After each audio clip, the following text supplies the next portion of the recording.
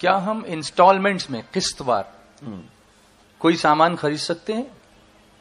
ہاں، قسط وار سامانوں کو خریدنا جائز و درست ہے، اس میں کوئی حرج نہیں ہے۔ البتہ اگر قسط وار سے مراد یہ ہے کہ کمپنی کے ذریعے کوئی سامان قسطوں پر خریدا جائے تو اس میں ایک خرابی یہ ہے کہ وہ جہاں قسطیں مقرر کرتے ہیں تو اسی کے بغل میں لکھ دیتے ہیں کہ اتنا دام ہے اور اتنا اس کا سود ہے۔ تو سود دینا چونکہ حرام و گناہ ہے، اس لیے جو کمپنیاں اپنے قسطوں پر سود لیتی ہیں ان سے قسط وار سامان خریدنا ناجائز ہے۔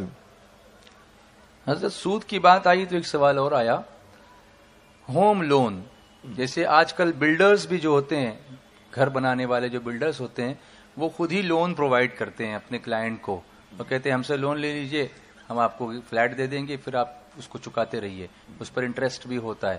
تو اس طرح کا ہوم لون لے کر گھر لینا، خریدنا کیسا ہے؟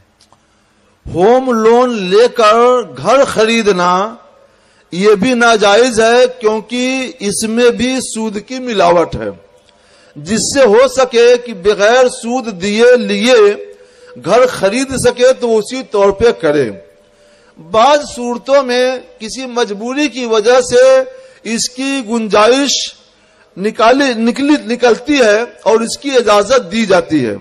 مثلا ایک شخص ایسا ہے کہ وہ گھر خرید نہیں سکتا، کرائے کے مکان میں رہتا ہے اور کرایہ بہت زیادہ ہے، 10 سال میں کرایہ اتنا زیادہ دے دے گا کہ اگر وہ ہوم لون لے کر کے مکان خریدتا تو مثلا 5-6 سال میں وہ گھر کا مالک بھی ہو جائے اور 5-6 سال میں جتنا وہ کرایہ دے گا اس سے کم میں ہی اس کو گھر مل جائے، یا اس سے کم میں ہی اس کو سود کے نام پر زیادہ دینا پڑے۔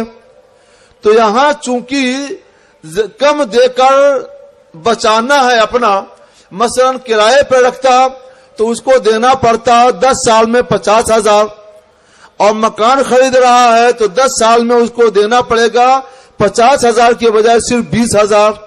تو گویا 50,000 نہ دے کر کے 20,000 دے رہا ہے، یا یوں کہہ لیجئے کہ 20,000 دے کر کے 30,000 بچا رہا ہے۔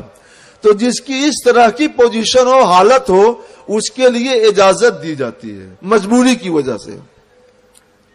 مجبوری کی حالت میں یعنی وہ پوزیشن دیکھ کر کے اجازت دی جی ہاں۔ تو کیا اس سے پہلے علماء سے پوچھ لینا چاہیے اس سلسلے میں؟ اچھی طرح سے پوچھنا اور سمجھنا چاہیے، اور پوری سچائی کے ساتھ اپنے حال کو علماء کے سامنے رکھ دینا چاہیے، جی، تاکہ آپ کے حال کا جائزہ لے کر آپ کی وہ صحیح اور شرعی رہنمائی کر سکیں۔ جی۔